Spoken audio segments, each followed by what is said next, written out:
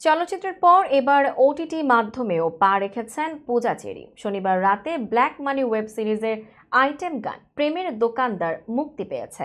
গানটি মুক্তির পর অন্তর্জালে পূজার পারফরম্যান্স প্রশংসিত হয়েছে।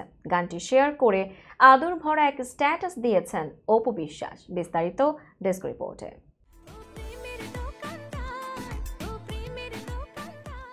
3 মিনিট 44 সেকেন্ড দৈর্ঘ্যের গানটিতে আবেদনময়ী রূপে হাজির হয়েছেন পূজা চেরি। নতুন লুকে পূজার উপস্থাপনা ও নাচের তারিফ করছেন ভক্ত অনুরাগীরা।